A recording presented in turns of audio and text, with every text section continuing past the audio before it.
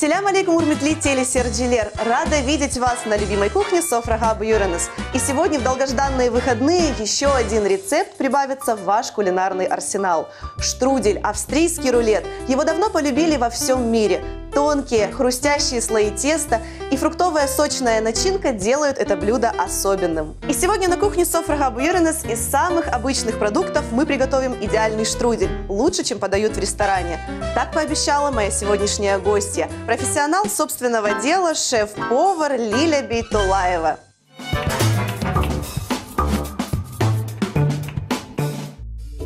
Героиню сегодняшней программы можно с уверенностью назвать королевой кухни. Крымская татарка – ответственный шеф-повар, известна как основатель и бессменный руководитель собственной идеи высокой кулинарии.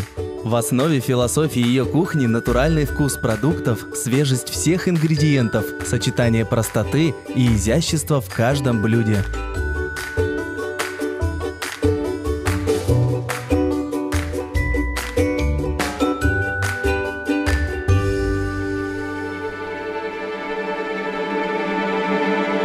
Каждое утро Лили Ханам начинается с чашечки горячего кофе, ведь для нее это источник хорошего настроения и бодрости.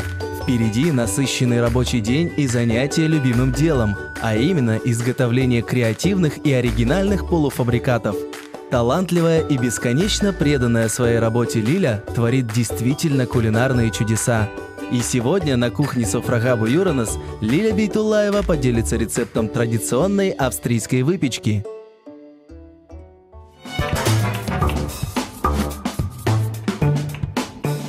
Лиля, селям алейкум. Селям алейкум. Спасибо за приглашение. У вас атмосфера на кухне сегодня очень вдохновляющая. И у вас все со вкусом. Это рада Чохсаулнус за комплимент. Рада видеть настоящего повара, настоящего профессионала у нас в гостях. Благодарю. А чем будете нас удивлять сегодня? Сегодня мы приготовим штрудель. Почему именно это блюдо вы выбрали сегодня? Так как считается в Вене, самые лучшие кондитеры и пекари могли приготовить яблочный штрудель.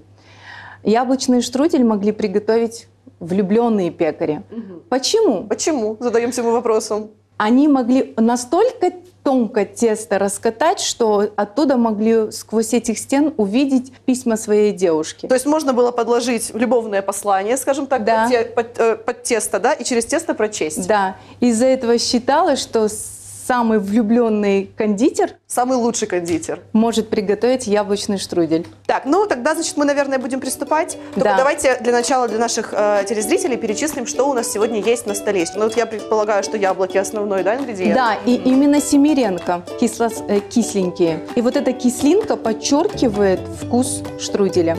Здорово, хорошо. Так, яблоки, далее. Орехи, грецкий орех, изюм, корица.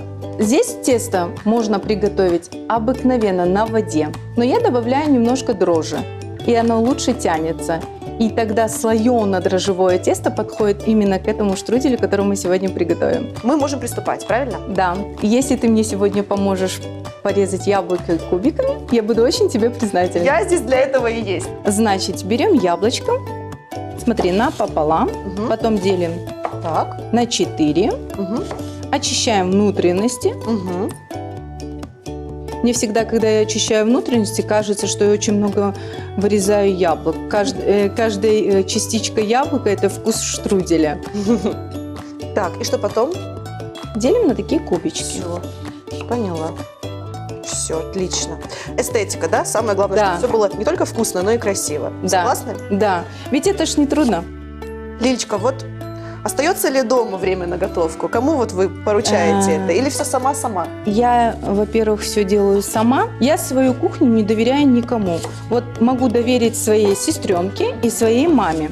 Так. Больше никому. Но в основном кухня – это мое царство. Это мое место. И кухня слушается только меня. Так, ну я вот знаю, у меня есть информация, что вы, ну скажем так, не придерживаетесь каких-то там рецептов, то есть у вас все рецепты в голове. Или да. Что вот обозначает эта фраза? Что это значит? Когда ты учишься новому блюду, всегда ты читаешь рецепт, да? Угу. Что туда входит? Способ приготовления. Это очень важно. Но для меня хватает посмотреть на это блюдо, как это делать. Так как есть навыки, всегда думаешь, может сделать по-своему. Наши яблочки уже готовы, порезаны. Затем мы берем 4 столовые ложки сахара. Так, 4 столовые ложки сахара высыпали. Далее. Берем орешек. Видишь? Тоже. Помогай мне. Так, подождите, а что их нужно? Я же не знаю, Делить что нужно напополам. делать. Я вот стою. Все делаешь руками. Лиль, я хочу спросить вот о чем. Знаю, что с самого детства вы, собственно говоря, связаны с кулинарией. И уже в 4 классе могли приготовить блюда для всей своей семьи. Правда? Да, у нас все ценители кулинарии, все очень вкусно наши в родне готовят. Тети мои. И я всегда наблюдала. Если моя тетя или мама всегда готовила, я всегда у нее из-под рук брала и ей помогала. Мама очень, я ей благодарна, она очень много в меня вложила, и она сделала из меня прекрасную хозяйку. Мне было 11-12 лет, и я спокойно могла приготовить то, что готовит моя мама. Достаточно было один раз посмотреть. Моя мама всегда говорила, может, ты пойдешь... Какой-нибудь другой дорогой, скажем. Да, но я всегда знала, что человек должен заниматься тем, что любит. Да. В конечном итоге я поступила в пищевой техникум. Симферопольский здесь. Угу.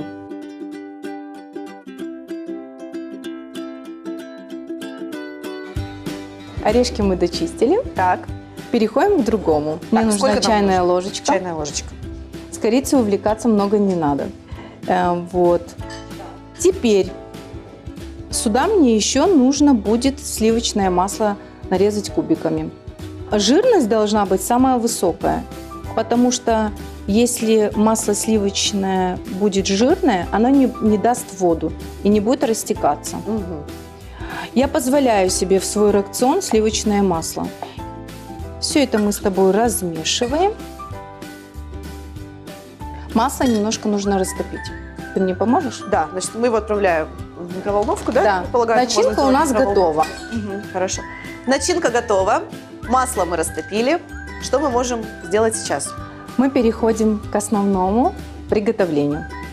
Мы берем дрожжевое наше тесто, начинаем раскатывать. Как говорили в Вене лучшие кондитеры, чем тоньше, тем лучше.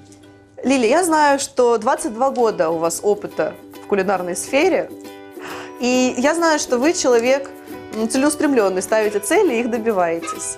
Я знаю, что даже был эпизод, когда вы поехали в Москву с маленькой суммой денег. Закончив пищевой техникум, нам всегда давали направление, куда же мы могли бы пойти работать. Практика – это большой опыт в работе. И мне было 2 выхода, куда бы идти – на телезавод «Фотон» или «Фиолент». Я выбрала «Фотон». Я когда пришла туда, у меня очень хорошая попалась мастер. Угу. И я поняла, что теория – это одно, а в практике это совсем другое, да. Вот я сейчас смотрю, как вы раскатываете тесто, и хочу спросить, есть ли какие-то секреты правильного раскатывания, или я даже не знаю, как это правильно назвать? Смотри, нам получается, что нужно сделать квадрат. Вот видишь, у нас получился квадратик, да, такой вот. Ну да. И мы считаем, что это не тонко. Значит, я беру муку, немножко масла масло. И довожу. Чем тоньше, тем лучше.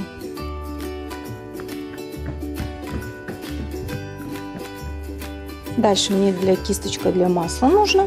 Всегда нужно смазывать это тесто сливочным маслом. Я люблю сливочное масло и оливковое масло. Больше никакими маслами я бы не рекомендовала пользоваться на кухне. В общем, вы за здоровый образ жизни, да. за полезное питание, да. я так понимаю, да? Да. Значит, мы раскатали его, да? Мы берем противень. Угу. Я немножко тоже противень мажу маслом. Так.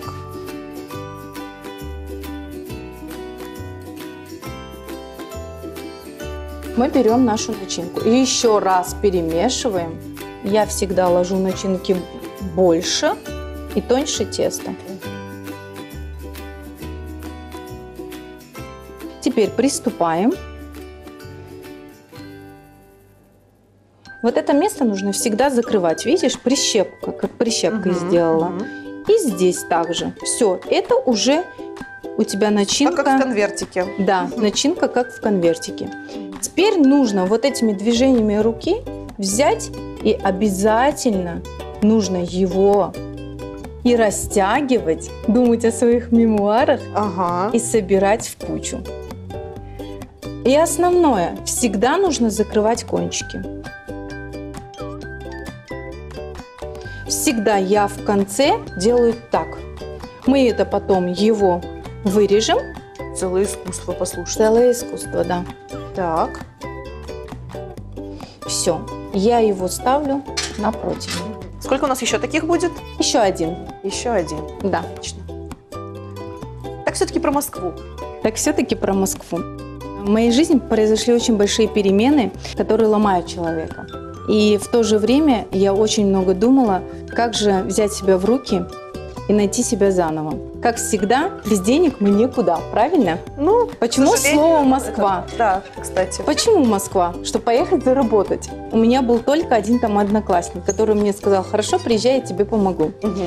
У меня в руках, поверишь мне, 500 рублей было. Я взяла свой чемодан и поехала в Москву. Села в самолет, я закрыла глаза и вспомнила имя родителей своих. И сказала: помогите мне, пожалуйста.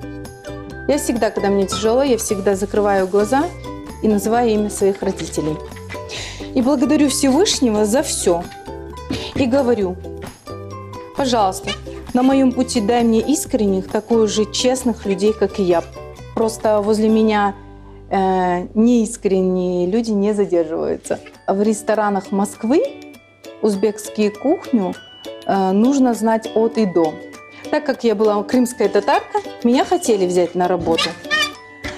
Но меня не устроила ихняя зарплата. Кем бы ты хотела работать? Я говорю: поваром. Они говорят: нет, поваром мы пока тебя не можем взять. Пойдешь картошку чистить. Я никогда в жизни не считала себя, что я могу почистить картошку. Но если я стою на процессе, но пойти в заготовки я себя не хотела. Мгм. То есть только наверх, никогда вниз. Мне сказали, что мы вам обязательно напишем, позвоним и ответим по почте. Я оттуда вышла, пошла во второй ресторан. Я зашла и попросила позвать мне шеф-повара, а не администратора. Так как первый раз я результаты не получила. Я позвала шеф-повара. Значит, сказали: подожди. Я присела, меня угостили чаем, я сидела, ждала. В конечном итоге вышел худощавый, высокий, интеллигентный мужчина. Присел возле меня и говорит: слушаю вас внимательно. Я говорю: я приехала из Крыма, я хочу работать, я хочу учиться, возьмите меня работать. Я не ожидала, что он меня возьмет. Он мне сказал: завтра в 9 часов утра я тебя жду с кителем. Естественно, у меня кителя не было. Я бегом на базар купила себе китель. Прихожу на следующий день на работу. Он мне говорит: 2 недели я тебе даю. Ты стоишь, все смотришь, как я работаю. Я говорю: хорошо. Он говорит: через 2 недели я тебе скажу, возьму тебя на работу или нет. Испытательный срок. Да, начал задавать вопросы наводящие. Кем ты работала? Где ты работала? Я сказала, что я 15 лет проработала в Крыму. Я говорю: я была поваром холодного цеха. Он говорит: хорошо, расскажи, что ты делала. Я сейчас сделаю тебе мини-тест. И мы перешли в его кабинет. Я зашла, села. Вокруг меня он выложил 50 баночек специй. Посадил меня напротив, сел и говорит мне: закрой глаза и нюхай все. И что знаешь, то говори. А что не знаешь, говори, что не знаю. И тогда мы поймем, какой ты повар. Ты веришь? Меня папа научил говорить правду.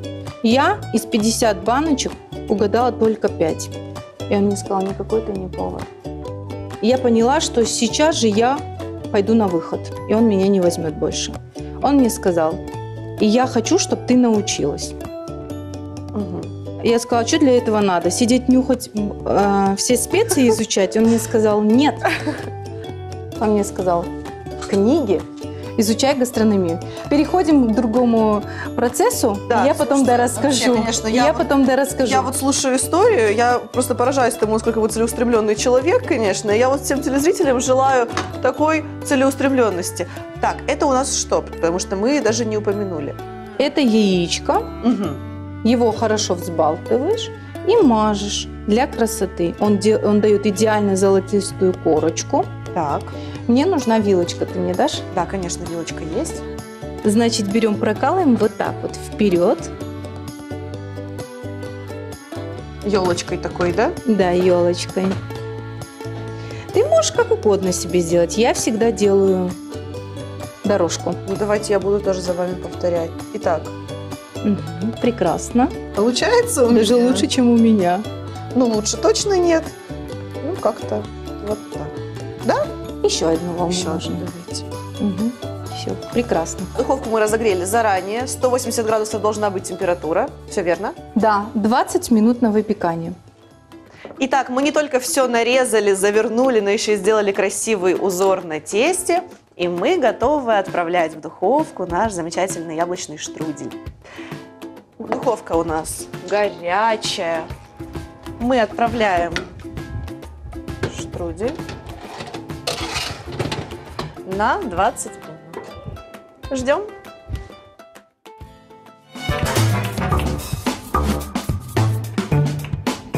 Лиль, ну вы рассказали о своем пути, рассказали о периодах, когда вы искали работу, когда вам и отказывали, и вам приходилось проходить различные тестирования. Но сейчас уже все по-другому. У вас сейчас есть свой долгожданный бизнес, цех по производству полуфабрикатов, насколько я знаю. Вот расскажите поподробнее. Этот проект, который мы создали вдвоем с моей подругой Фатиме, ее зовут, мы очень долго трудились, и мы думали, что же мы Можем хотим предложить, да? Да, производить. И мы думали, что помочь всем хозяйкам, которые на работе всегда спешат домой и надо приготовить, мы решили заняться полуфабрикатами. А почему? Прежде всего, я всегда думаю, что бы я могла поставить себе на стол. И на сегодняшних прилавках рынка нету всего качественного. Я всегда за качество. И всегда думаю, что в моих пельменях всегда есть соль, перец, мясо и лук. Без никакой химии, ни грамма. Каждая хозяйка должна уметь включить свою уже фантазию и красиво приготовить, вкласть свою душу, правильно приготовить, украсить и подать. Подача. И особенно, конечно, я бы всегда желала своим хозяйкам, которые покупают нашу продукцию, мы делаем разнообразные полуфабрикаты. Вот, кстати, да, на чем вы специализируетесь больше? Больше без химии. Почему без химии? Есть креативные пельмени, да, например, эти пельмени на красителях делают. В сегодняшний день мы не используем красители. Я всегда считаю, что каждый ребенок дома не любит есть шпинат, свеклу, морковь, а мы этими красим все свое тесто. И так как шпинат – это клетчатка и полезно, и ребенок всегда скажет: мамочка, давай, пожалуйста, сварим 3 зелененьких, 2 красненьких и 3 оранжевых, да? И получается, что у нас… И весело, и вкусно, и полезно. Весело, и вкусно, и полезно. Здорово.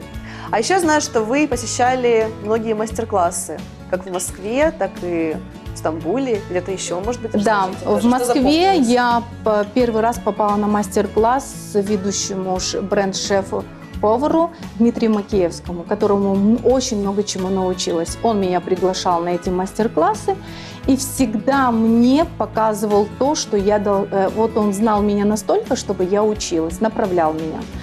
И на этих мастер-классах я всегда знала, что я расту. То есть я учусь правильной, здоровой пище, как правильно готовить. Ведь прочитать это одно, а увидеть мастер-класс это другое. И всегда обмен данными. Мне что нравилось на этих мастер-классах, всегда спрашивали о культуре, о моей культуре. Я всегда говорила, что я крымская татарка. Это движение в нас. Мы всегда любим творить руками. И всегда считала, что на мастер-класс, когда задавали мне вопросы, я всегда делилась своими впечатлениями наших народной, крымско-татарской культуры. И это было так интересно, и они удивлялись, что наши хозяйки все лепят руками и готовят на стольких гостей, не ленятся. Очень интересно, на самом деле. Я думаю, что действительно эти мастер-классы были полезными для вас. Я сама себе всегда делаю настроение так. Когда я хочу что-то себе приготовить, я всегда, прежде всего, постелю скатерть. Я уже вижу, в какой посуде я подам себе блюдо. Всегда от души готовлю. ставлю себе. И заряжайтесь хорошим И настроением. заряжайся. И потом идешь творить чудеса другим. Да, сегодня у нас белой скатерти, к сожалению, нет, но у нас есть наше блюдо, которое уже приготовилось. Невероятный аромат корицы, это значит, что наше блюдо готово, и мы можем его доставать и смотреть, что у нас получилось. Так. Ну что? Красота. Золотистые, ароматные, Действительно красиво. очень красивые, правда? Да. Произведение искусства. Ты любишь мяту? Мяту на запах, конечно, я люблю. Я обожаю мяту. Мята Я успокаивает. так понимаю, мы будем украшать мятой, да?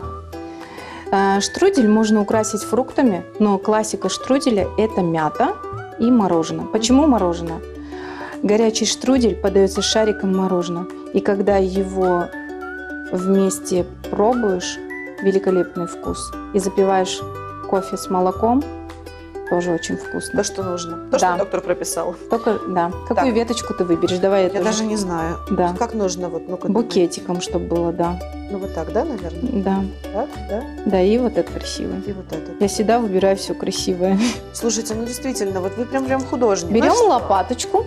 Видишь, он не прилип. Видишь? Мгм. Не потек, он очень красивый. Так. Мы ставим его сюда. Так как я тебе сказала, что кончики всегда нужно в первую очередь всегда отрезать с двух сторон. То есть это как бы, скажем так, лишнее, да? Это просто- лишнее, это не должно быть. Все, мы их убираем. Так. Всегда можно подать дома гостям, порезать кольцами. Но если ты хочешь удивить гостей, нужно резать так. Мы же хотим удивлять, мы любим удивлять. Да. Пробуем. Ой, красота, запах невероятный. Слушайте, потрясающе. Всегда режешь так, как тебе хочется. Это твоя фантазия. Мгм. Вот. И выкладываем на блюдо. Так, ну-ка пробуем, смотрим. В порции сколько? Один вот так вот кусочек Да. идет? 100-120 грамм.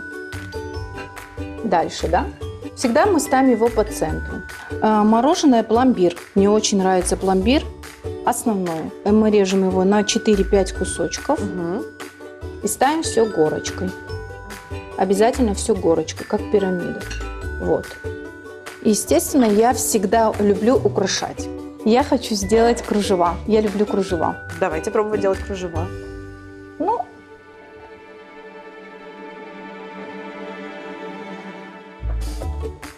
все. Теперь мы берем основное. Когда ты заканчиваешь украшение, ты берешь сахарную пудру. Это самый мой любимый процесс. Когда ты... Ну ничего себе. Послушайте, я себя чувствую как в ресторане сейчас. Я теперь- Это все очень я вижу просто. своими глазами, как это все происходит, как это все... Теперь мы творится. берем эти букетики. Так. Всегда еще можно рябину сделать, клубничку. Штрудель синяя, любит, ну, как бы цвета, как бы красиво бывает. И рябину и клубнику я всегда делаю посередине. Вот. Яблочный штрудель всегда тебя чувствует. И когда ты чувствуешь, что ты на тарелке, у тебя творческий беспорядок, ты еще раз завершаешь это сахарной пудрой. Это блюдо можно подавать.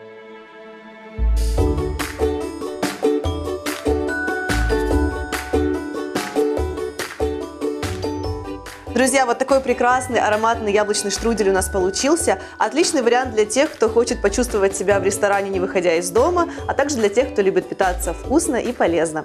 Лиля, что бы вы хотели пожелать нашим телезрителям? Всегда оставаться в любых ситуациях человеком и правильно питаться, следить за своим здоровьем. И, конечно, радости, тепла, любви И спасибо за приглашение. И вам большое Мне спасибо. очень понравилось. Чох сагълныз, что вы были у нас сегодня. Благодаря вам мы сегодня оказались, пусть ненадолго, но в Вене. Посмотрели действительно, как готовится блюдо от повара настоящего. Сагълныз за беседу и за то, что были с В нами Вене сегодня. всегда говорят, когда подают штрудель, говорят «бон аппетит», «приятного аппетита». Ой, сагълныз, сагълныз. А мы говорим «аш татлы олсун». Сызге долсын. А вам, уважаемые телезрители, я желаю побольше улыбок, радости и приятных выходных. Всего доброго, Кореш Кенже!